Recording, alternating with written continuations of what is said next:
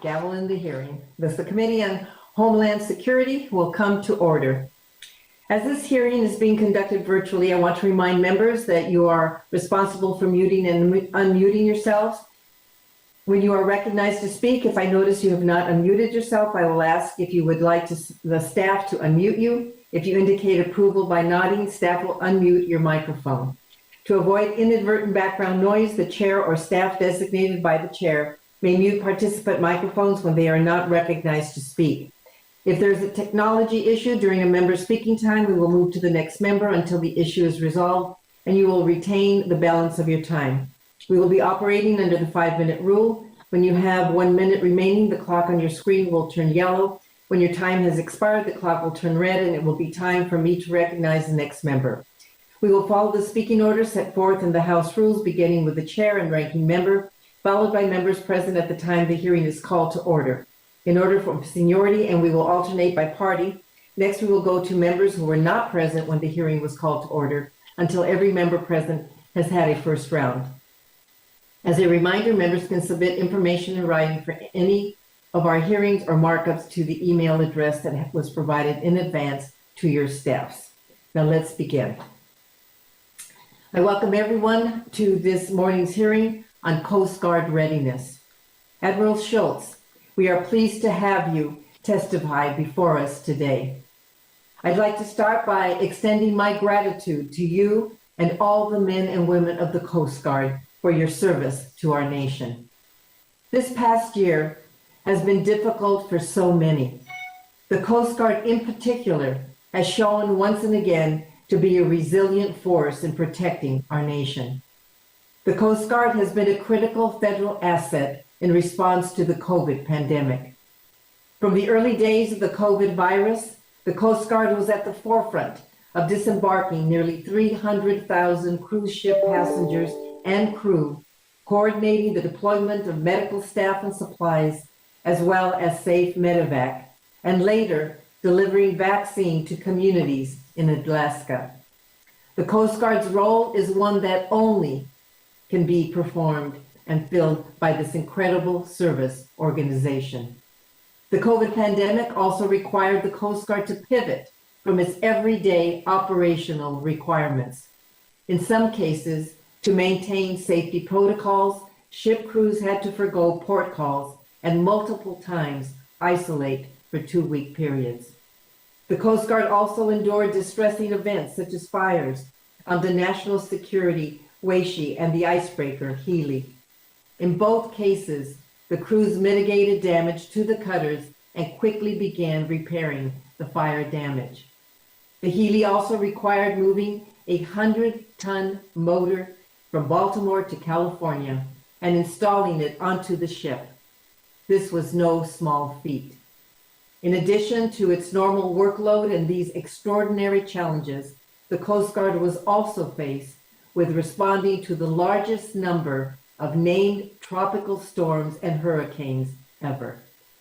I am pleased the subcommittee was able to maintain our commitment to support the men and women of the Coast Guard by providing over $12.8 billion in our fiscal year 2021 funding bill. This amount was above the request and included funding for an extensive number of items on the Coast Guard's unfunded priorities list. Many of these items directly support the well-being and readiness of the men and women of the Coast Guard. I'm also pleased we were able to fund important investments to recapitalize the Coast Guard's air and marine fleets. This includes 4 additional fast response cutters to finish the FRC's program of record, an additional HC-130J aircraft, additional MH-60T helicopters, and continued support for the offshore patrol cutter and polar security cutter programs. Unfortunately, the preliminary budget document for fiscal year 2022 makes no mention of the Coast Guard.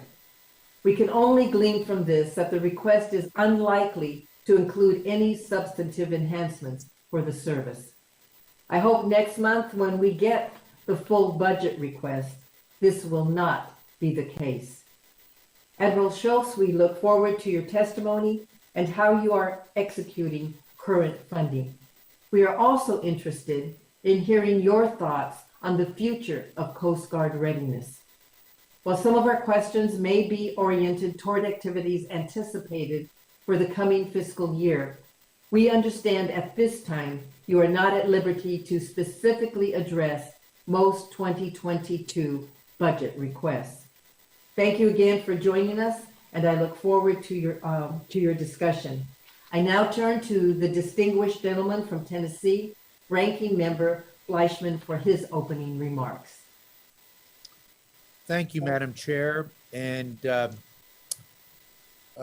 Admiral Schultz, I want to begin with a sincere and strong thank you to you. I've always had a great and warm relationship with the Coast Guard, but sir, your service and outreach to me with your staff has been nothing short of exemplary, and I appreciate that. It's allowed me to get to know more about the Coast Guard, and your veterans are so proud of what you're doing, but thank you. Your work has allowed me to do my job in a much better fashion, sir. I'd like to extend a warm welcome to all of our Coast Guard folks. It's always a pleasure to hear about the many successes of the Coast Guard and the many important missions areas covered by the men and women of the service, all with the goal of protecting our country and her people. I am hopeful that your people are well, considering the challenges and demands of fulfilling the mission while operating during a pandemic. It is a credit to the Coast Guard men and women and their families for the resilience they have shown in their service. Normally this time of year, we would be discussing the budget request for the next fiscal year, and it is unfortunate that we are unable to have that discussion in this hearing. I believe there is value in hearing directly from the agencies about the initiatives and investments that are proposed for the coming year. For the Coast Guard, the budget request is often centered on readiness. Looking back at your written testimony, sir, over the past few years, readiness is in the front and center in the message you deliver to the Congress about your goals for the Coast Guard, from the people to the planes. I commend you for looking across the service to identify what your workforce needs, how they can be successful and representative of the people in our nation, as well as looking at the assets and infrastructure to ensure that the Coast Guard remains a modern military and law enforcement force, first responder, and maritime steward. I am hopeful that we, the subcommittee, can continue to be partners in these endeavors. I'm going to apologize. I will be briefly stepping out. I'm going to stay with this committee, leave, because we've got another subcommittee hearing going on concurrently, but then I'm going to come right back after my questionings. And during that time, I'm going to ask my dear friend and colleague, Mr. Palazzo, to serve as the ranking member in my absence, but I will be back. But again, Admiral Schultz, thank you, sir, for your service to our country, to your service to the great United States Coast Guard. I look forward to your testimony, sir. I yield back.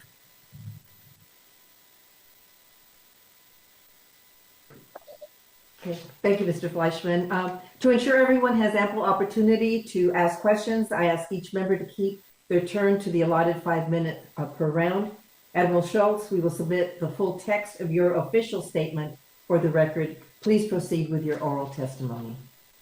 Well, thank you and good morning, Chairwoman Roybal Allard and Ranking Member Fleischman and members of the subcommittee. I appreciate the opportunity to testify before you today, and I appreciate my written testimony being entered for the record. Let me begin by thanking you for your unwavering support of the United States Coast Guard. The fiscal year 2021 appropriation provides critical momentum for Coast Guard surface and aviation fleet recapitalization. It injects much needed funding to improve our aging shore infrastructure and information technology, and makes essential investments in our most critical asset, our people, our workforce.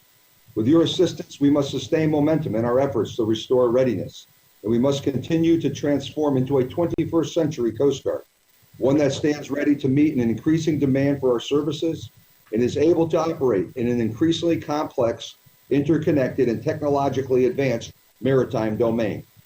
Readiness is not achievable without deliberate action. With your support, we continue efforts to build the nation's First, new heavy polar icebreakers in nearly a half century. The engineering casualty of our medium icebreaker Healy last summer highlights the lack of resilience in the U.S. icebreaker fleet and reinforces the importance of our ongoing polar security cutter acquisition efforts. Additionally, the funding provided in fiscal year 2021 appropriations allows us to continue our offshore patrol cutter acquisition. Continued progress on this program is essential to recapitalizing the capability provided by our fleet of 210 and 270-foot medium endurance cutters, some which have over 55 years of service under their belts. Despite extraordinary effort, our medium endurance cutter fleet has lost nearly 500 annual patrol days over the last 2 years due to unplanned maintenance and repairs. Replacing this fleet is absolutely essential for the Coast Guard to effectively carry out its missions in the future. Any effort to address readiness must also include the Coast Guard's aviation fleet.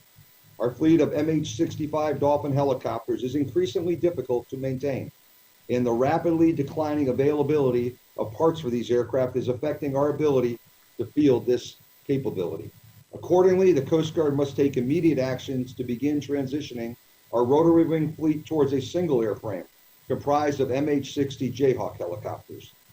Additionally, I want to thank you for the $110 million provided in fiscal 21 for the purchase of our 18th HC-130J Hercules long-range surveillance aircraft.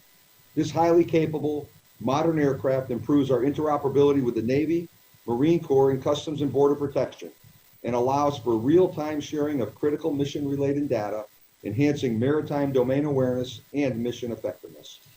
To improve our readiness, we must continue targeted investments in our shore infrastructure and our information technology systems.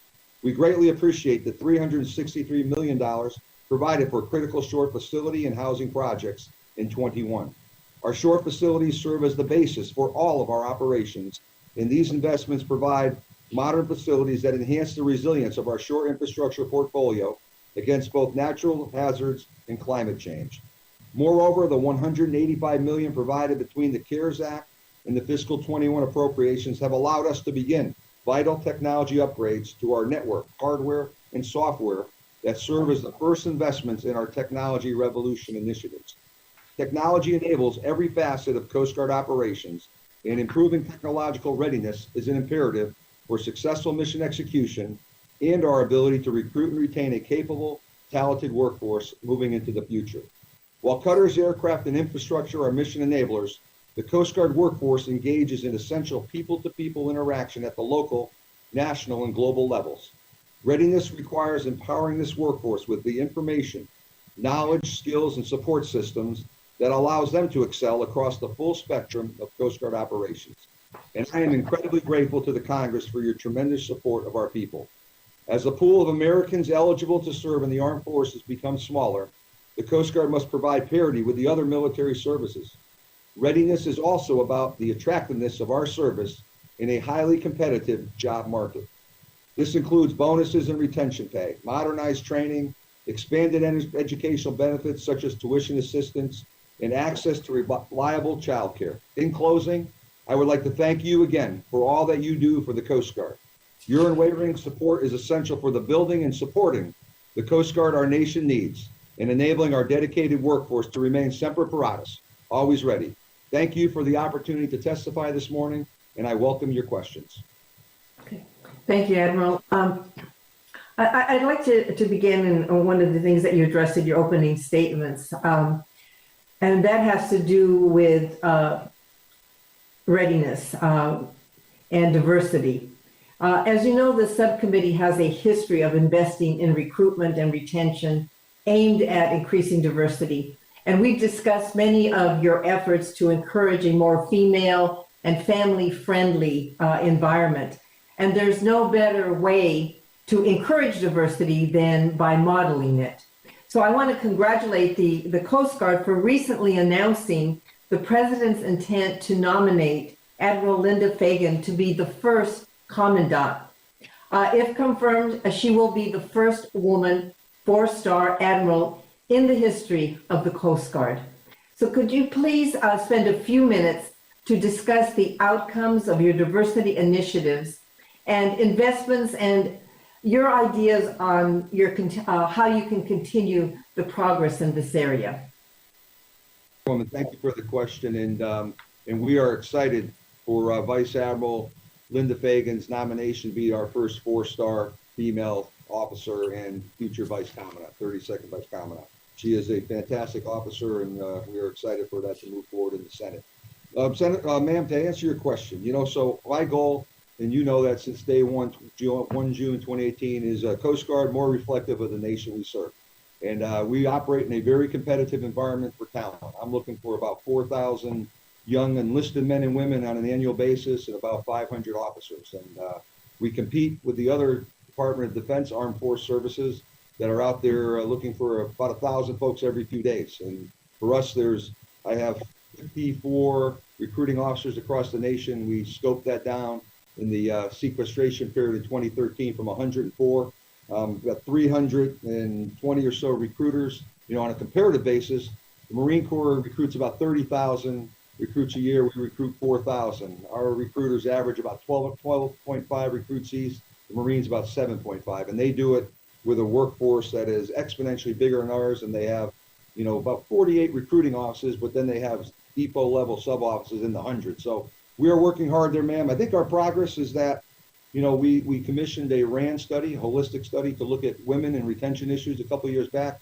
We have actioned that. We are waiting for a RAND study that looked at underrepresented minorities in the service, and I'll take receipt of that report in July. I think what we've worked hard to do is knock down those inhibitors. We were retaining women somewhere between 5 and 10%, depending on what point you look into the career trajectories, at a lower rate than their male counterparts, and we are addressing some of those things. We have initiated programs where we bring in reservists, so first-time moms or people that add additional members to their family, they can maximize the available leave to them, maternity leave, which is up to 84 days. But if you're at a small operational unit, stepping out when you're in a left and right port or starboard rotation is very difficult for 84 days. But we have brought in a reservist to sit in the seat, to run the boats those 90 days so our people can maximize those programs and understand what first-time parenting or additional person to your family looks like. We've made a commitment where we have many of our female colleagues also have spouses that serve in the Coast Guard or other armed forces. And we made commitment when we assign them places. Sometimes in the past, one member would have a 4-year assignment, one would have a 2-year assignment. How do you reconcile that in your decisions for living, your decisions for childcare? We've aligned those on the front side for E6 and below and lieutenant and below. We try to do that for folks senior to those ranks, but we make a guarantee for folks in those more junior ranks. So we're looking at more stability in areas. We put out a diversity inclusion action plan summer of 20 as a build out of our efforts that have been, 24 months leading up to that. And we have about 20 of 125 what we call diversity inclusion action plan change agents that have finished up their training in June. The remaining 105 will be done by the end of September. And these individuals will deploy across the Coast Guard. They'll plug in at the leadership diversity advisory councils. They will have the conversations to elevate at the field level just how important being a more inclusive Coast Guard is. And they have the training, they have the skills to engage in the difficult conversations. We've also brought on board, and I'm winding down, ma'am, we brought on board 5 new officer recruiters that'll be linked to minority serving institutions, historically Black colleges and universities. And they'll be in Atlanta, they'll be in Norfolk, Virginia, New Orleans and Hampton Roads, and one programmatically in Washington. I think this is the start of an increasing footprint there. But we are trying to take our recruiting efforts to parts of America that will allow us to grow the ranks. One good news story in an organization of 15% women, our academy graduating class this spring will be about 40% women. And then it's not just bringing them to the accession points, getting them through the training, it's how do we retain them in the service. And I think holistically, Madam Chair, we're looking across all that, and I think we're making progress, but it's slow. If I did nothing but bring women into Cape May, 4,000 a year for the next 4 years, and every single woman I brought in stayed in the service, we'd only move 15% to probably 18%. And I can't go find 4,000 women right now at that pace, but our goal is 25% women, 35% underrepresented minorities. So as we go out and recruit that difficult space, we're getting those targets up. So I think we're on a good trajectory, man, but this is going to be a little bit of long ball to really see the movement. But I think we win when we can retain members and they see themselves rising to whatever level success looks like in the service to them as individuals. Okay, my time is up, but I believe you did mention it, but I'm certainly pretty sure that our investments also in expanding childcare for the coasties has also been a very positive factor in being able to retain the women in the Coast Guard. Madam Chair, we have 10 child development centers. You've been to some. The child care subsidy and you amplifying that dollar amount is where we went. That has been fantastic, and that has made a difference. We are located in major metropolitan areas, Seattle's, Miami's, LA, San Francisco, New York City, all high-cost areas, and we don't have child care centers other than those 10 locations. That is how we win and retain our families, ma'am. So thank you very much to you and the committee for that critical injection. Mr. Fleischman. Thank you, Madam Chair. Good morning again, Admiral Schultz. In your testimony, sir, you referenced many of the investments, including in the fiscal 2021 Appropriation Act, to recapitalize assets across the board for surface, air, and shore facilities. Some of these assets, like the refurbishment of helicopters, the new icebreakers, and the replacement of older cutters with the new OPC, are very important to readiness and response, especially since the delivery timeline for some of the new assets are racing against the usable life and age of the older equipment. Sir, how has COVID impacted your acquisition timelines, and have you had to adjust any schedules to reflect the challenges of the past year? Well, Ranking Member Fleischman, thank you for the question. I think the good news story is our major acquisitions programs are on track, on scheduling. The U.S. shipbuilding industry, like most other U.S. industries, had some impact. We have not adjusted any contractual dates yet on any of our shipbuilding programs. We've lived some of those challenges here down in Elizabeth City, where we do overhaul depot level maintenance on our helicopters, and we found learned some resiliency lessons. In some places we were 1 or 2 employees deep, and when we had some folks that we had to quarantine or tapped out for COVID, we had to shut some product lines. So we've done some internal learning on our own capabilities from a maintenance sustainment standpoint. But with industry, we've seen HII, Huntington Ingalls Industries down there maintain, progress on the NSCs. Could there be some dates that we haven't, fully understood and manifested yet? And these shipbuilding programs are long-term, the 10th and the 11th NSCs, National Security Codes, are under construction. We are imminent on an award of OPC production number 3 and long lead on 4, and we'll be, we're in that process of communicating with the committees this week on that. So I think we're tracking there. Polar Security Cutter, we still hope to start cutting steel in the coming months. And you mentioned aviation. One of the things I mentioned in my opening statement, we're really finding some challenges with our 98 Dolphin helicopters. Aerospatiale, or Airbus, the parent company, stopped making those aircraft in 2018. We have the biggest fleet in the world at 98, and things like gearboxes, very difficult to get the parts. So right now we're flying them at about 70% of programmed hours, just because not enough parts to support it. And we're have to make some tough decisions. We're got 6 on the beach right now that are down from lack of availability of parts, but probably 10 by the end of June. And the chairwoman mentioned heading, the last year's hurricane season. This is the time of year, come hurricane season, that kicks off on 1 June. We really want every available asset ready in the barn or out doing other missions and ready for the fight on that front. So thank you, sir. Yes, sir. Creating a new type of cutter, Admiral, must always present challenges to the Coast Guard and the shipbuilders as you bring the next generation of cutters to the sea. The offshore patrol cutter, however, has seen more than its fair share of challenges on the road to delivery. Can you please provide an update, sir, on how the delivery of the first hulls is coming along? Will we see delivery by 2022, sir? Congressman, thanks for that question. And as I mentioned briefly, we anticipate an announcement here this week on OPC number 3 and long lead time materials on number 4. So that is a good story. OPC number 1, the Argus, is more than 40% complete in her build. OPC number 2, the Chase, is in the low teen digits on her build.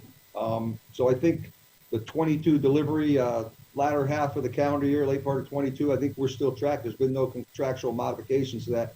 You alluded to some of the challenges. We awarded a contract for the first build early on my watch in the fall of 2018, and then within 10 days, Hurricane Michael, after the fact recategorized as a Category 5 hurricane, smashed through Panama City down there where Eastern Shipbuilding Group is located. And we did some work with the department and oversight from the Hill, some extraordinary contractual relief. And I think that program is progressing forward very positively. And, that contract was for up to 4 ships. And we'll be looking at a potential reaward here with many different vendors in the coming months. So OPC, sir, I feel confident is in a good place. Thank you, sir. Madam Chair, I yield back. Mr. Price. Thank you, Madam Chair. Good morning, Admiral. We appreciate your testimony this morning and your leadership in so many ways. We appreciate your being here. I want to raise some questions initially about Coast Guard Base Elizabeth City here in my home state of North Carolina. In 2019, before the pandemic curtain fell, you and I were able to visit the base. It does contain, as you know, a joint civil and military use airport. Coast Guard's done an outstanding job in that region, and I just want to acknowledge that. We have a prized HBCU, Elizabeth City State University, that has benefited greatly from the Coast Guard's presence and partnership, including being able to use the runways at the Coast Guard base for their flight training program. It's the only 4-year professional flight training program in the state of North Carolina, and it's grown by 50% over the last 2 years. So it's important to us. Unfortunately, the growth has been stymied by the need for an additional working runway at the air station. So that's what I wanted to just ask you how we're doing on that. Without a renovated runway, student pilots aren't going to be able to log the hours and earn the FAA licenses they need for their degrees. The December omnibus bill provided $25 million for the Coast Guard to renovate and recapitalize this runway, allowing the airport to provide better service to the Coast Guard, to university flight students, and to general aviation. Along with that $25 million, December's conference report encouraged the Coast Guard to work with the state and local partners, including institutions of higher learning, to mutually benefit the enhancements, to undertake mutually beneficial enhancement to this runway. So that's what I want to focus on here for a few minutes. Can you provide an update on these discussions, the plans for repairing this critical runway, including any cost estimates that we should know about, the estimated time frame you have for completion, and any financial or operational partnerships, commitments that you've made? Well, Congressman Price, good to see you, sir, and I appreciate our chance to go down there. And as you noted, sir, the 21 appropriation, consolidated appropriation, does have that $25 million for runway 119, and we're absolutely excited about that. You alluded to our strong strategic partnership with Elizabeth City State University and the aviation program there, the shared use of that runway. That runway has suffered, crosswind challenges here. That's a critically important runway for us, sir. So where we are, I think we're in that planning phase for that. I will have my team circle up with your staff to give you a more detailed location. I don't have fidelity on exactly that planning process. The appropriations, rolled in a few short months ago. It takes us a while to spool up. There's many partnerships here at the county and local level, sir. But I will make sure we circle back and give your team the real fidelity on where we stand today and projected timelines. I have not heard anything to indicate the appropriated funds does not get us out of the gate where we need to be, Congressman. All right, I'll take you up on that. We would appreciate that kind of update, and we will. We need to take stock of this and see where we are and what might be required from our side going forward. So I appreciate that offer, and we will be conferring with you and immediately on this. It is important to us, and I know you understand that. Yes, sir. In the time I have remaining in this round, I want to pick up on the chairwoman's line of questioning having to do with the workforce. I know this is a major focus of yours. It's also been a major focus of the subcommittee, and we've had some challenges because these items were flatlined for many years. But I know we have these investments underway now. The latest budget gave you the ability to address some workforce readiness issues, including child care subsidies, recruiting initiatives. Let me just ask you to back away a bit and see if there are major needs you would identify. In fact, let me just ask you this way. What do you see as the greatest unmet need in your workforce? Well, Mr. Price, I appreciate that question. Just one last circle back on just the last question. So East City State University, we use that as a feeder for our C-SPI, College Student Pre-Commissioning Initiative. That's been a great feeder program for that. So just really thank you for that partnership. In terms of our workforce, I think the way forward, sir, the committee picked up, there was many things in the budget, and they picked up many key issues off the unfunded priority list, as Madam Chairwoman spoke to, and things, behavioral health technicians, psychologists, sociologists. We've hired about 11 of 13 slots. We're still trying to make some final 2 hires up in Alaska, where it's a little bit more challenging to find people to go to a little of those more remote areas, but that is a big deal. Training and course development, the 6.4 million there helps our workforce. It's highly professional. They don't get a ton of training. Those key training interventions, we're doing blended training where we used to send somebody for a longer school. We're trying to figure out if we can shorten that up, keep them at their operational unit longer, do some training online to shorten the period. It's a little more targeted. Someone that's at a small boat station that goes to bosun mate A school has already got many of the skills that the first few weeks of that training involved. So we're getting more strategic, smarter. Those funds have been helping there. Recruiting and retention funds, that was an unfunded priority list pickup to the tune of $6 million. I think the key part of that, Congressman, is sustaining momentum. So these one-time injects are helpful. A couple of them got folded into the future year budgets. The ones that come off the UPL, not all of them get moved forward. So where we can get on a healthy trajectory of 3 to maybe 5% annual growth, I think that's where we continue to win in the competitive space. And I'll just go back to my comment about recruiting in a very difficult environment. Retention bonuses. We've given about $2,000, not retention, session bonuses, about $2,000. The bleak season for bringing recruits into Cape May, New Jersey is January, February, March. So we sweetened the pot. We actually went up to about 7,000 because it was hard to find young Americans to get on the bus and show up in Cape May this past winter in the COVID environment. But we usually about 2,000. We cap out at 10,000 for certain skill sets. The Army starts that conversation at about 12,000. If you ship out in the first 30 days, it's a 12,000 bonus. If you ship out 31 to 60 days, it's a 5,000 bonus. They go upwards of 40,000 to 60,000 for certain skill sets. The Marine Corps is most common to us. They're about 3,000 a recruit, but they go up to about 12,000 for targeted skill sets. So it is about 27% of Americans' youth eligible to serve, 10% with a propensity, and we're in that difficult space. And I would tell you, we don't have a big budget for marketing, and you don't see a lot of Coast Guard big marketing during major sports events and the gaming conferences. So we have to be very targeted through those 54 recruiting officers. I think it's steady, continued partnership on the 3 to 5% growth. I think that's what puts us on the healthiest trajectory with respect to workforce, sir. Okay, Mr. Palazzo. Well, thank you, Madam Chair and Ranking Member Fleischman.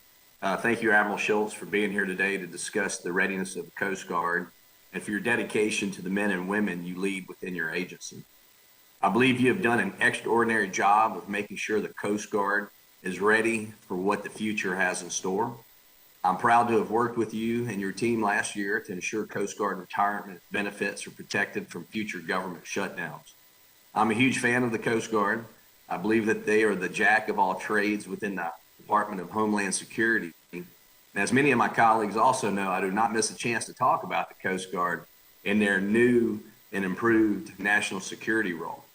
Today, the Coast Guard has taken on a bigger role than just securing ports in our maritime border. In fact, it now has a global mission. The Coast Guard's vessels and aircrafts are constantly deployed around the world to protect America's economic prosperity, national security, and borders, while also having a presence in cyber. One of the biggest missions of the Coast Guard is their role in the Tri-Services Maritime Strategy that focuses on the threats from China and Russia. Along with the Navy and Marine Corps, the Coast Guard's capabilities expand the options to Joint Force commanders for better cooperation and competition. The Coast Guard's mission profile also makes it the preferred maritime security partner for many nations, and at the cornerstone of this all is the National Security Cutter. Since the first commissioned cutter in 2008, the National Security Cutter has been a vital deepwater asset to the Coast Guard. They have partnered with numerous countries in fighting illegal, unreported, and unregulated fishing, which directly impacts my district's economy on the Mississippi Gulf Coast, as well as many other coastal communities. NSEs have seized billions of dollars, billions with a B, in drugs. And most recently, in around December 2020, the NSC James offloaded $365 million worth of drugs that would have entered our country, our communities, and have found a way to harm our kids. Now, NSCs have also been tasked to northern waters to monitor Russian activities. The NSC Stone, the newest to the fleet, has been tasked to work with the Navy's 5th Fleet and Central Command. One NSC has recently been deployed to the East China Sea, partnering with a Navy destroyer to enforce UN sanctions against North Korea.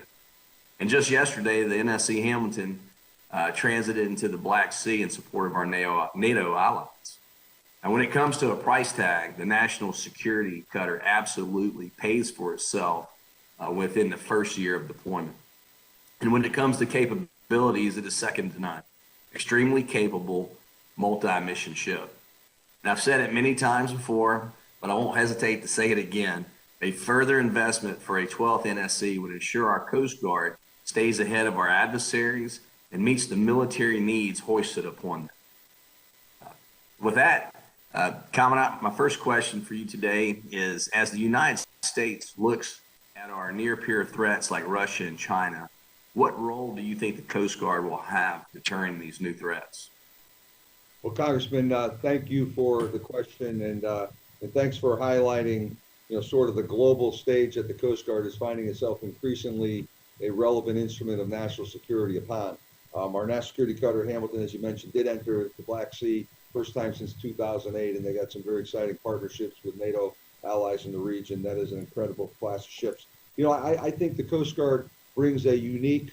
I look at the world of this flat table service, 0 to 180 degrees. And we took, a continuum of cooperate, compete, and lethality.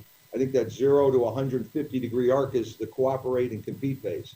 And then lethality, we're written into the war plans, and we'll support our DoD brethren and sisters here in the high-end fight with national security cutters, fast response cutters, and port security capabilities. In that day-to-day world of competition and cooperation, I believe the Coast Guard, the world's best Coast Guard, can call out a nation state like China that, they use their Coast Guard, their people's maritime military militia to run down, Philippine or other Malaysian fishermen that are in disputed regions. The world's best Coast Guard doesn't operate that way. We champion the rules-based order, maritime governance. I think our racing stripe, which you see replicated across the globe, it's iconic, and it denotes, connotates, rules-based order and adherence to all those right things about facilitating commerce in what are free and open parts of the ocean. So I think we bring an interesting voice.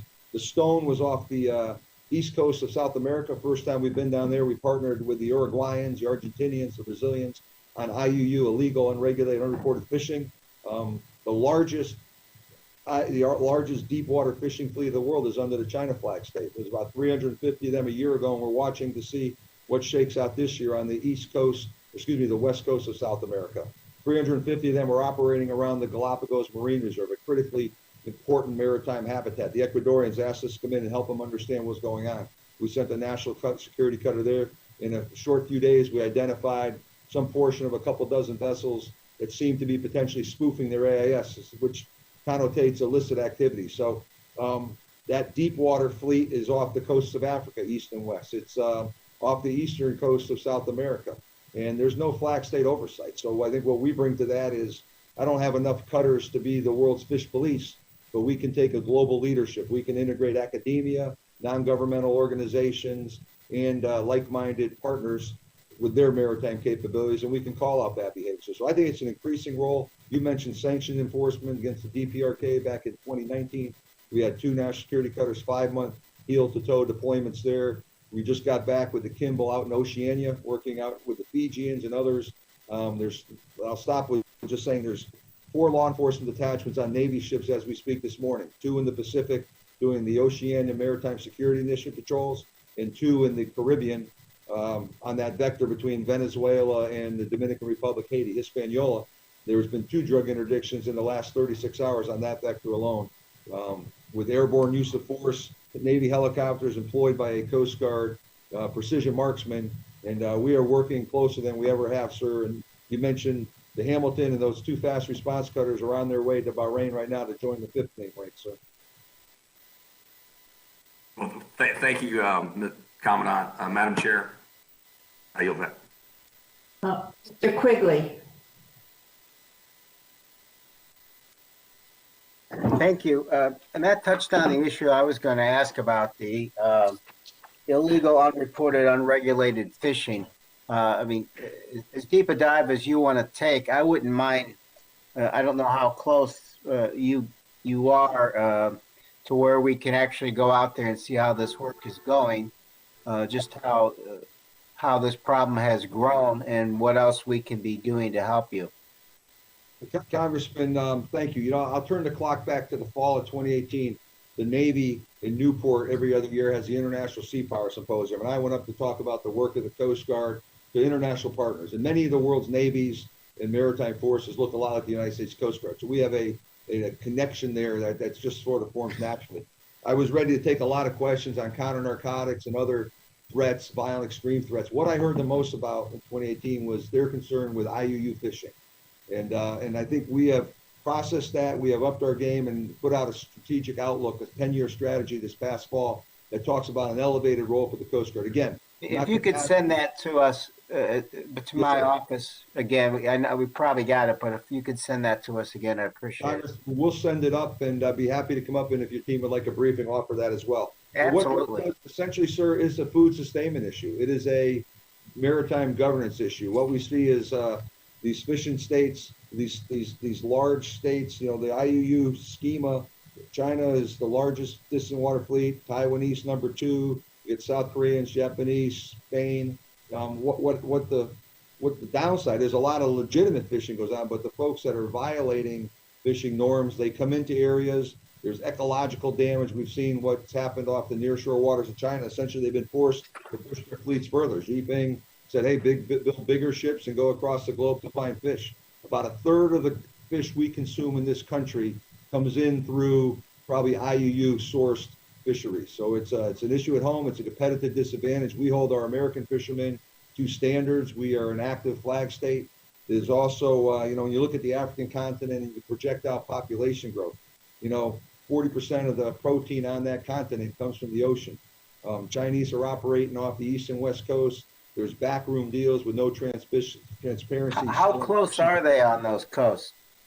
Sir, they should be working outside the exclusive economic zones of these nations, but these nations have very little organic capacity to patrol their water. So arguably they're probably working as close to their shores as they're not visible. And those catches get put on processing ships and they go back to China. There's very little local benefit derived economically from these large scale fishing operations. But how close to our shores are they? Well, sir, our shores, we have an active presence. So we try to stymie, you know, illicit fishing inside our EEZ, and we're pretty darn good at that. It's at the end of the day, we have very few foreign violations. Where we see some challenge is we have some illegal Mexican panga fisheries down in the Gulf of Mexico, and we thwart that. And there's some, you know, challenging things with neighboring partners and things that, you know, we are managing that. That caseload is up, and we're working with our NOAA counterparts and State Department counterparts. But writ large, sir, this is large-scale industrial fishing that has a deleterious impact to the coastal state. It has a deleterious impact to legitimate fishermen that are doing things by the rules. And we'd be happy to educate you or your staff, sir, if you might like to learn more on that. Yeah, please do. And I'm going to yield back, but if you could reach out to my office, they're aware that you will. Would like further briefings and you know, try to see some of this firsthand. Yes, sir. Thank you so much. I yield Thank back. you for the question, Congressman. Mr. Rutherford. Thank you, Madam Chair. And thank you, Admiral Schultz, for being here with us today, talking about the men and women of the Coast Guard and, you know, the important role and the growing role, I think, that the Coast Guard is going to play in our national security interests. And I want to echo too the comments that the chairwoman made earlier in her opening statements. I was really concerned when I didn't see any mention of the Coast Guard in the skinny budget, which is a little disconcerting to me when, you know, I know recently you mentioned that you need to see a 3 to 5% growth to close the readiness gap over the next 5 years. And so I'm asking if the President's administration understands the importance of closing that gap, and I think recognize the growing role that the Coast Guard is playing around the globe in our national security interest. And so I want to ask this, Admiral, because when you say 3 to 5% over the next 5 years, and we look at where we need to go moving forward, I think with the growth of the mission, and then we also look at, the fact that we already have, I think, a $2 billion backlog of infrastructure needs, shore infrastructure needs. Is that 3 to 5%? Is that really going to be enough, Admiral? I just want to make sure you're not selling yourself short here. And what does that include? Does it include the Jayhawks? Does it include the $2 billion? Well, Congressman, thank you for the question and for your assessment of the landscape. I believe the demands on the Coast Guard are unprecedented at this point. There's a good news story in there, there's a challenge in there. Good news story is I think people are seeing unique capabilities of our people and our platforms and our new capabilities that we are building out with the support of the committee. On the infrastructure piece, I'll start there, then I'll backfill on sort of my forecast of the budget without crossing lines I shouldn't cross at this stage. When you look at our infrastructure, the average age of our shore facilities is 38 years. Our housing average age is 45 years. A healthy organization recapitalizes somewhere between 2 and 4% of their infrastructure on an annual basis. We are somewhere between 10 and 20% of that healthy rate in the Coast Guard, which, if you kind of project that out, we'd be recapitalizing our infrastructure every 267 years. So that is unsustainable, and we pull a huge backlog. With the help of the committee, we are making some progress. When I turn the hands of time back to the 2018 budget, the former administration came in and identified challenges in the readiness of the nation's armed forces. There was a 12% budget growth there. Outside of the department, we didn't win in that space, but we have been on a much healthier trajectory with the support of this committee and your senatorial counterparts, and that is a positive slope in the right direction. I think we need to continue that. With the support of this committee, we have raised the narrative about Coast Guard readiness. And I had more conversations than I suspect many of my predecessors in the previous administration with the national security apparatus, and that has translated to the new administration. So I've been in the room with national security advisor and Jonathan Weiner and subordinate elements, many phone calls. I think folks recognize the critical importance of the Coast Guard in the Arctic, to the Indo-Pacific, cooperate, compete, continuum I alluded to earlier in Mr. Palazzo's questions. Congressman, I am guardedly optimistic that we are, pushing out a compelling narrative, and obviously till the budget reaches the Congress here, I'm sequestered on that, but we have had a chance to put our voice into that more so than in the past, and this committee has been, paramount to those efforts. So I remain guardedly optimistic that we're on a positive trajectory. You can certainly accelerate that, and you asked about the helicopters. That's a big evolving need. We didn't anticipate that urgency, and it's not a tomorrow urgency, but as we wait for future vertical lift coming out of DOD, 15, 20 years down the road, we're going to have to press into that. And we've already got some help with replacement hulls, service life extension hulls. Yes, sir. So Admiral, if I could ask specifically about the Jayhawks, so were they part of that 3 to 5% growth, or is that on top of? Well, sir, we had some funding in the 20 appropriation and 21 appropriation for new hulls, service life extension program. We have the capability in Elizabeth City, the Congressman Price's district, at the Aviation Logistics Center. We can take former Navy hulls. They take a 60 helicopter with 10,000 hours. They put it out to the boneyard. We can take the good hulls. There's about a 6 or 8% failure rate, but 92% of those hulls, and we've got somewhere north of 3-4 dozen hulls on site now. We can reconfigure those hulls almost like the overhauls show at the car show. We can do some remarkable things down there, only a few a year. Now there's a program Senator Shelby's been very much championing with some new hulls, new cabins.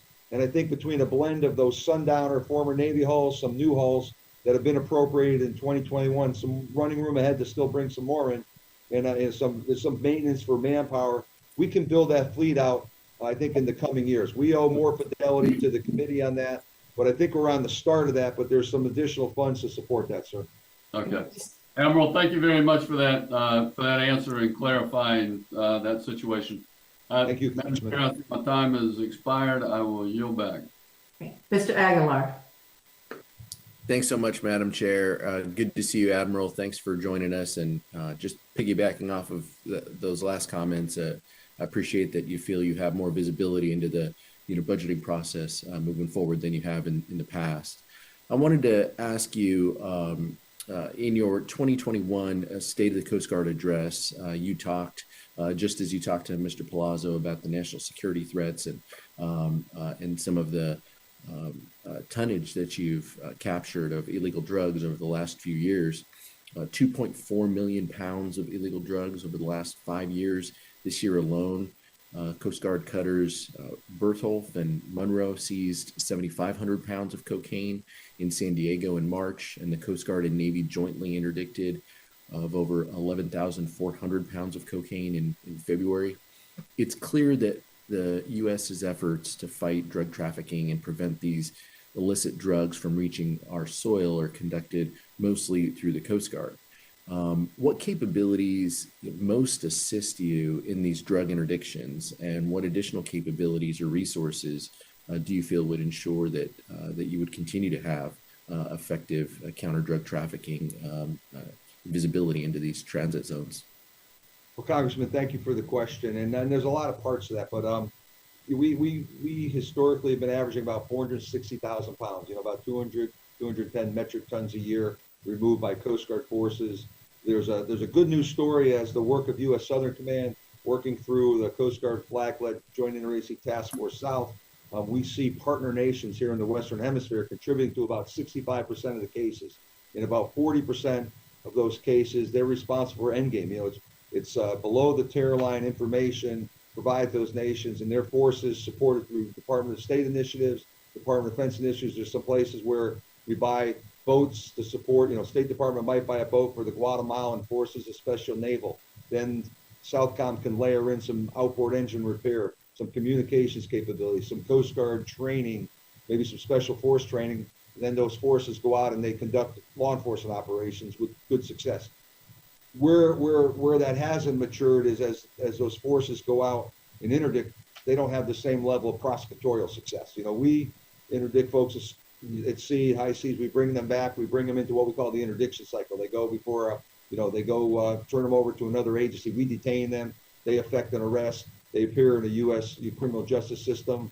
There's a deal cop, so they do a sentence, then they turn some information that feeds the interdiction cycle. Our operations, counter-narcotics operations, are increasingly informed by intelligence. So what are those key partnerships? It's national intelligence capability. We compete with, the ongoing China pacing threat. We compete with the VEO threat. So there's a finite amount of national intelligence capability, and we try to get some portion of that, satellite-based information, et cetera. Our Navy colleagues, I mentioned the 2 law enforcement detachments on board Navy ships. We did have an enhanced counter-narcotic operation last year with more naval presence. I'm the last guy to say the Navy should or shouldn't be doing more counter-narcotics work. They have many competing demands, with an increasingly aggressive Russia on the Med and the Black Sea, where we're operating now with the China pacing. But when there's a Navy surface combatant, I will put a law enforcement detachment, I'll put a precision marksman on their helicopter. We'll expand our capacity. DoD contribution to maritime patrol aircraft, those P-8s, high demand across the globe, but when we get those P-8s in the Southcom region, Eastern Pacific, the Caribbean, Western Central Caribbean, those are the best detection platforms out there. Customs and Border Protection inside the DHS team, fence line, they support a lot of the maritime patrol aircraft, so support for CBP or Marine, that's a key enabler. And we're looking to build out some more capability in our long land-based unmanned aerial systems. So right now we're partnered with CBP on the what we call the MQ-9 Maritime Guardian. There's a bigger model out there that In Situ has, and we'd like to continue to partnership with DHS S&T, with CBP, with Southcom. And sir, it's a capacity game. We are effective and get on target. We just got to find out amount of capacity to put against the challenge. The administration's talked about addressing the root cause of migration in Central and South America. Much of the instability is caused by gangs and other criminal organizations in that region. You talked a little bit about the coordination with Latin American partners, but what other roles can we expect the Coast Guard to play as the administration engages in Latin America? Yeah, Congressman, I would tell you, you're spot on. I would tell you the Central American corridor, the northern triangle countries, Honduras, El Salvador, Guatemala, they are absolutely the corruption, the instability, the squalor that takes, sends people that send their children north to try to cross the U.S. Southwest land border is very much tied to the counter-narcotics work. I think where you see increasing roles, we'll continue to partner. We'll continue to build out that success of the partners in the region and their capabilities. I think when we can stop those drugs from making landfall in those areas, we can, help drive down the instability. I pay keen attention to what's going on, what the administration discussions are down there. Iota and Eta, the two hurricanes that ravage the region, close proximity on the calendar and geographically. On occasion, we have Coast Guard assets that will send helicopters in or support our Southcom colleagues to offer some immediate relief and, immediate food, water, rescue type work. I think it'll be capacity building, sir. It'll be continued counter-narcotics work. Thanks, Admiral. My time's up. I'm so sorry. Thanks, Admiral. I really my appreciate apologies, sir. I was a little long on your time. My apologies. Thanks, Madam Chair. That completes the first round, and we do have time for another round in which, Admiral, you'll be able to expand on many of the questions that have been asked. I know that there's several issues that have been touched on that I was going to ask some questions about, but I would like to talk a little bit about some of the items that were on the unfunded priorities list, which we funded. And these items fall under the category that you designated as the technology revolution, and includes investments in cybersecurity readiness and the next generation underway in connectivity. Could you describe some of the technology challenges the Coast Guard has faced and how these appropriated funds are making a difference? And in addition, if you could please describe other investments that you would prioritize to continue modernizing the Coast Guard's technology infrastructure. Yes, Madam Chairwoman, thank you for that question. And the funding items off the unfunded priorities list have been hugely impactful and helpful. We phone system modernization at our 35 sectors. We have an antiquated phone system. This allows us to go to modern voice over internet protocol. So this is basic stuff. If we can't hear the mariner in distress and have a functional system, we can't respond in a timely manner. And we are getting after that with the funding there, the $6.5 million at many of our sectors. And that was, as I've traveled the Coast Guard in the last 24 months, a little less so past year than typically do. I've heard that at many sectors, and we are actioning that as we sit here today.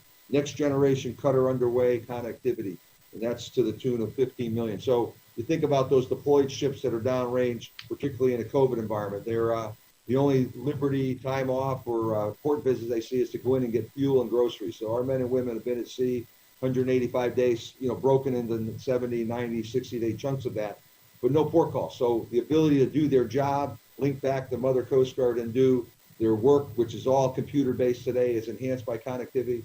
To have some reach back to their families when they, can't get to a cell phone or pay phone or ashore, hugely impactful. It allows, cutter connectivity allows us to optimize the productivity of our ships. It's the high-end information to do operations. It's the day-to-day business of the ship. So when a sailor is back at the dock, they can take some time off after a, arduous 90-day patrol, get a 72-hour, 96-hour break, then come back to the workplace. They don't have to hold all that workload and batch loaded at the dock here when they should be home, spending time with families or with their interests. Cyber readiness, absolutely. We are building out our second cyber protection team with funding, our cyber CMT, cyber mission team. We are building that workforce out that's really going to allow us to excel as a regulatory in that cyberspace. So our 365 or so ports, we fielded people at our 2 area commands and our 9 districts this year that will interface on cyber, bring some expertise to the field, because that increasingly complicated landscape out in your state, man, California. 40% of all America's goods come from the ports of LA and LB, the containerized traffic, and they come up through the rail system to the heartland. You go about 72 to 96 hours from some kind of a man-made cyber intrusion that shuts the port down. NetPaya back here a couple of years ago with Maersk, that can cripple that port, and we will feel that on the shelves of Walmart and Macy's and Target in less than a week.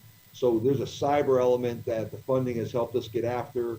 Cyber retention, those are bright young men and women. Bringing them in, keeping them in, we've got to think about different agility and permeability for that workforce. But man, those big data platform, I had a team in yesterday. We have our senior leaders holding a conference this week, and we need to inform our decision-making with data analytics. And we have, foul data streams. We need to clean up our data. We need to get it into a clean data lake. And then we can start harnessing that data, that information to really be a data-informed, agile decision-making organization. So, man, that tech revolution, as I sort of coined the term a couple of years back, and the dollars against that have been hugely impacted in our young workforce. We're fielding mobility. Those inspectors in Los Angeles, Long Beach, they go out and they spend 8-10-hour day doing, at-sea inspections, regulatory inspections for safety, environmental compliance, make sure if it's a cruise ship that someone's aunt or grandparent goes out there, the cruise is trained, the lifeboats are certified. They have to come back and fat finger all that inspection work for hours at their desk. There's mobility that enables that. The Inspect application just rolled out. We started with a mobility solution, about 600 iPads, and we didn't have the technology to really enable them. We've been talking about this for years. Now, it started out like a Kindle. They didn't have to bring a backpack of books. Now they actually have the Inspect application, and they're doing the data upload in the field. We're going to do that for our law enforcement team. So the funds, ma'am, have enabled us to really compete for the smart young minds and keep them in the Coast Guard, because they don't have more mobility on their personal device than they have in the Coast Guard provided solution set from a technology standpoint. Thank you. Mr. Fleischman. Thank you, Madam Chair, and I am back. I want to thank Ranking Member Plato for sitting in for me while I ask my questions of the Labor Secretary.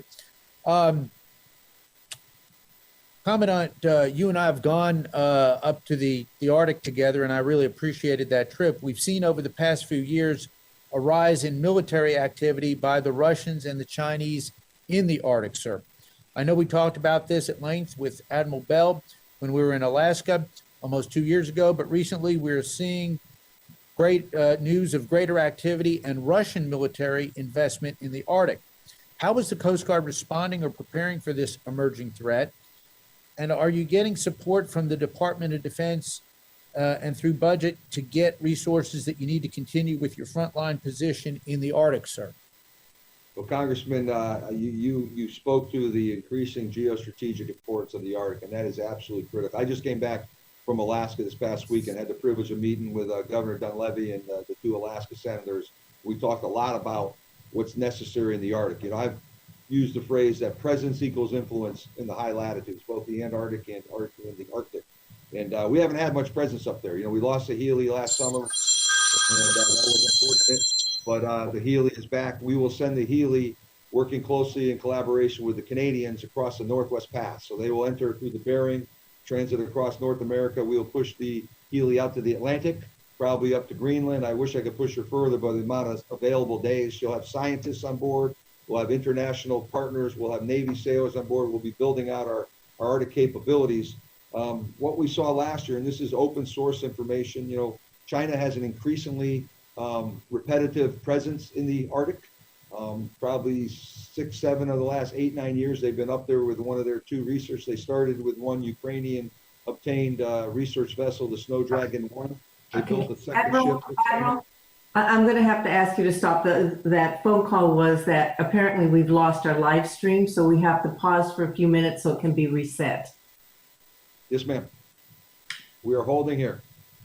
Okay.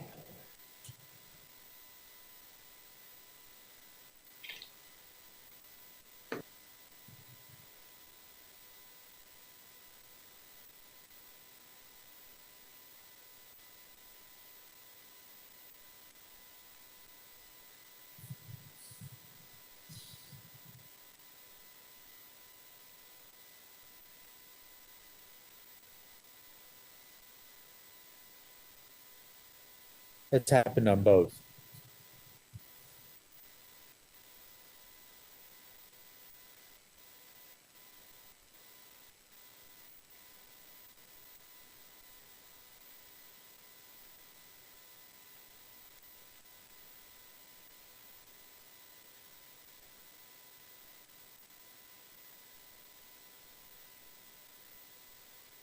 Apologies, everyone with the committee. This is Tom with the House Appropriations Committee. I just wanted to let you know that we are trying to deal with.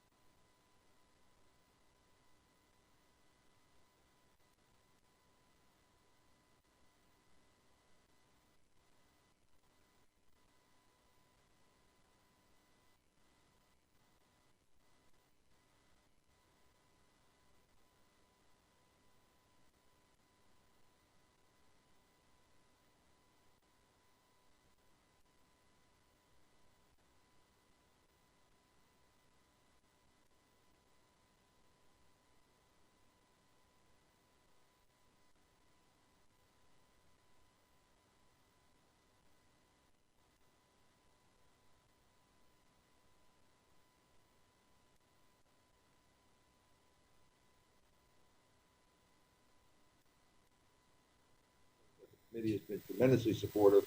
Funding in 21 actually built out the last 4 hulls. So 58 domestic, 6 over in the Arabian Gulf. But they're complemented by maritime patrol aircraft.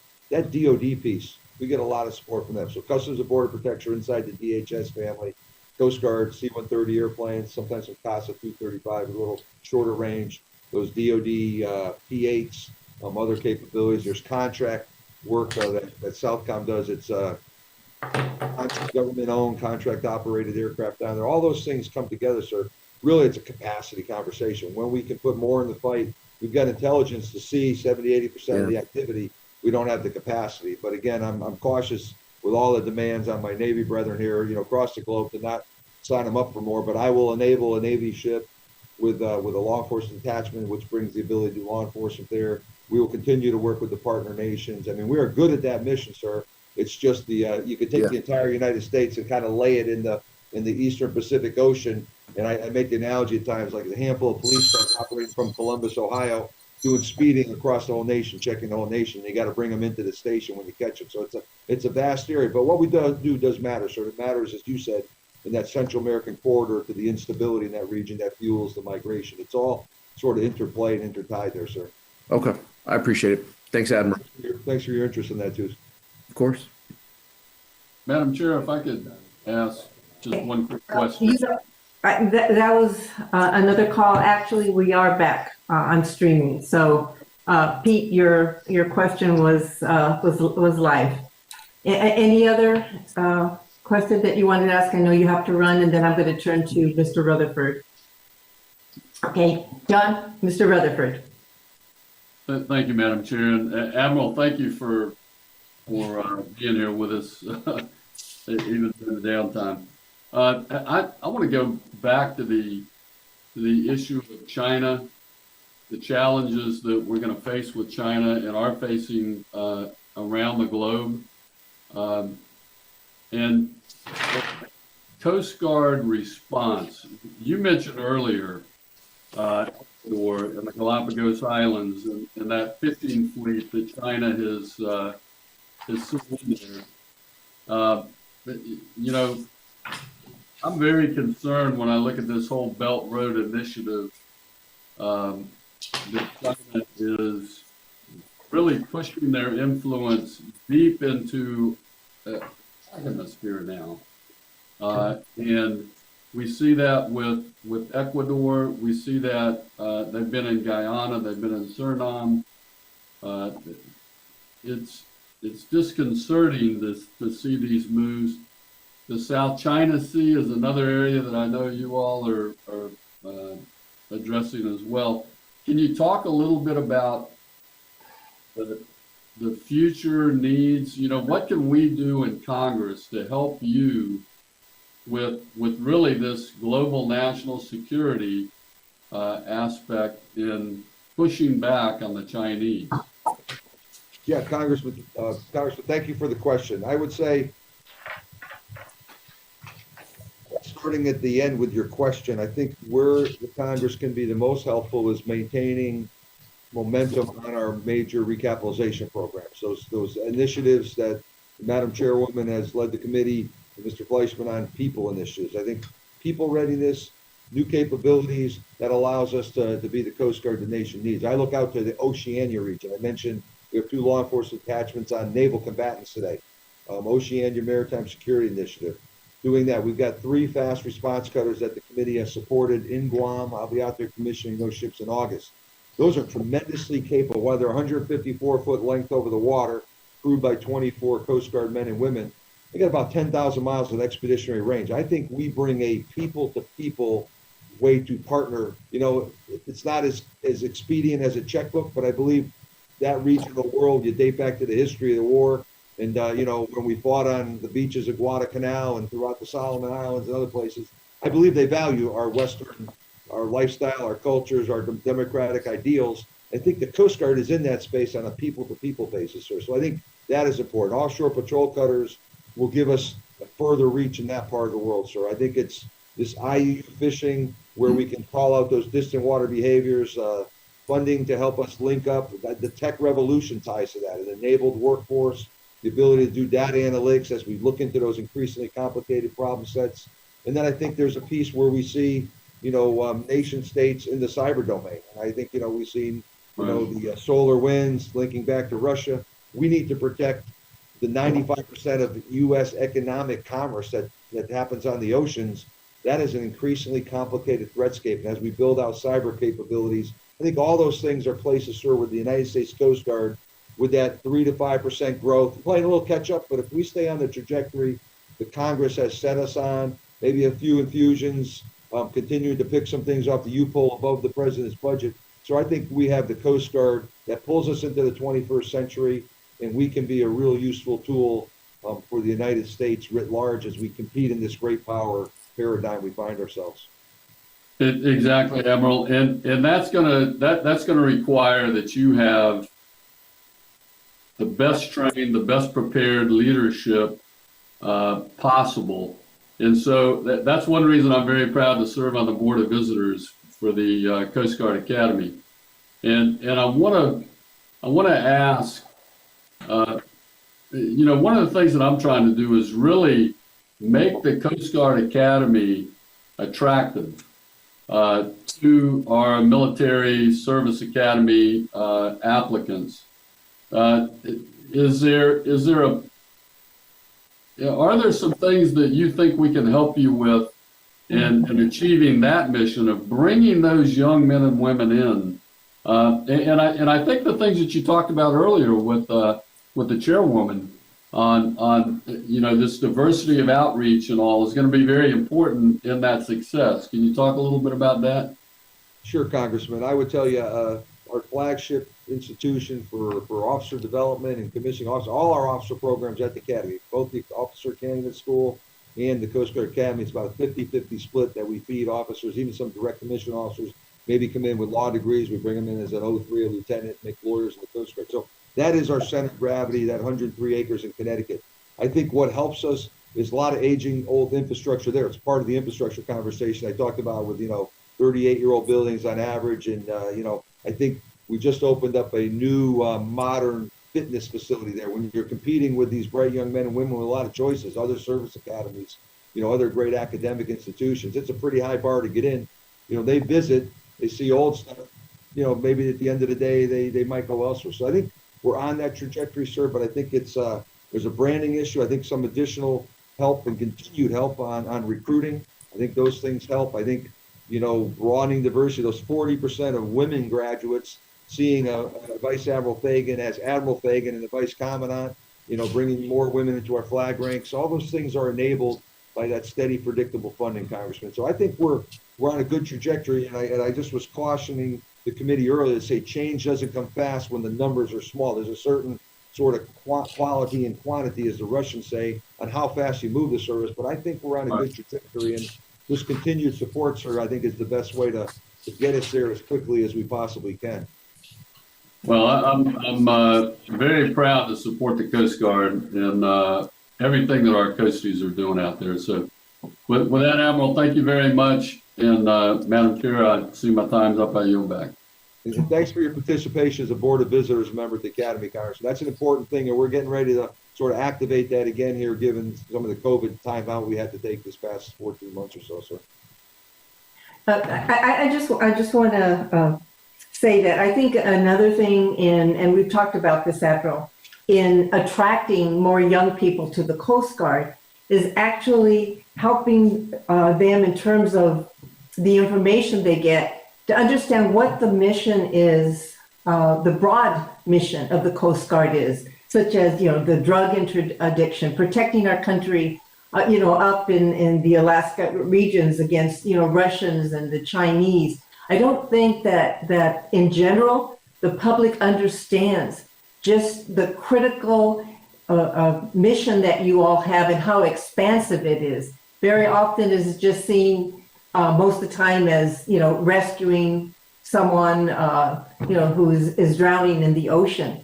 But when I've talked to young people and explained to them about the mission, the broad mission of the Coast Guard, there's a lot more interest in joining as compared, because they know what the Marines do. They know, what the Navy does, but I don't think there's a very good understanding of what the entire mission is of the Coast Guard. So I would say work on the PR in helping not just young people, but I think our country as a whole to understand just how critical the Coast Guard is to the security of our country. So I just want to add that as part of the answer, Mr. Rutherford. At least that has been my experience in talking with young people in the district when I have my academy day. They really don't know just how important the Coast Guard is. Mr. Fleischman, I know that you had a question and that the Admiral didn't have an opportunity to fully answer it. Is there anything that you want to add, or Admiral, that you want to complete an answer to the question that was asked that before you were cut off? Well, I'd like to come back to you on the academy things, but I'd like to defer to the ranking member, and we'll finish that conversation and maybe just offer a couple just thoughts on what you brought up about our branding and those things. I think you are right on the mark. So Congressman Fleischman, I'll defer to you, sir. Well, Admiral, I think you adequately and very succinctly and very efficiently answered that question on the Russia and China threat in the Arctic, and I know you're involved in that. So I trust that work will continue. But I'm satisfied with the response, and Madam Chair, whenever you decide to adjourn, I'm willing to do that as well. And Commandant, thank you. You and I are going to work together as we always have, and I just appreciate everything you do for the Coast Guard and for our country, sir. Thank you, Ranking Member Fleischman. It's always an honor to work with the committee and yourself and Madam Chairwoman. Okay. So Admiral, you said you had another. Yes, ma'am. I was just going to, Madam Chair, I was just going to comment. I think your assessment is right, and I think there's a recruiting piece where it's very expensive market. I think this program we have with some new officer recruiters, I mentioned Norfolk, Atlanta, New Orleans. I would love to grow that from 4, one programmatically here in Washington recruiting office, and get some folks to your district, Southern California. There are places I can name right now, the next 5 or 6. So I think we're rolling that out. The bodies are en route this summer. I think we will look to expand that. I think that'll be part of that story. I think pressing in a little bit on our recruiting budget. I look at the Marines, the Army, they are going to these video conferences, video gaming conferences. They are in those spaces. You see the NFL, they're there. Very expensive. I'm not saying we jump there, but we absolutely have an organization with an incredible, portfolio of 11 statutory missions. It's hard to roll it down to a 3-byte elevator speech. But I think when we have people in the schools, when we can, get a little bit more marketing in terms of national branding, I think that's where we reach folks. So that 40 is about a 52 recruiting officer reduction back in 2013-14 in sequestration. That hurt. And I think strategically, maybe reopening in some places, really, if we can do this with the tech revolution, some of the funds you gave us, right now a recruiter has to meet a young man or woman. They have to bring them back to the recruiting office to sign them up and actually seal the deal with the paperwork in the Coast Guard. Doing that in the mobility, the 2-in-1 mobility solutions we're giving them, that's going to be game changing. You have helped us on that trajectory. So I'm encouraged that we're going to do better, but your assessment's spot on the mark, ma'am. We have got to we got a great brand. We're never been more relevant and impactful, but we got to be able to tell that story across America in the schools and the recruiting locations. So you have my commitment to continue to work on that, ma'am, and I will continue to be frank with you on our needs to better that. Okay, that's very much appreciated. And since we've run out of time, Admiral, I just want to say thank you for your time. Apologize for the delay. I think just from the statements that have been made by the subcommittee, there is the realization of the critical role that you play in our national security. And I can assure you that to the best of our ability, that we will support its mission and its personnel. So thank you again, and the committee now stands adjourned. Thank you.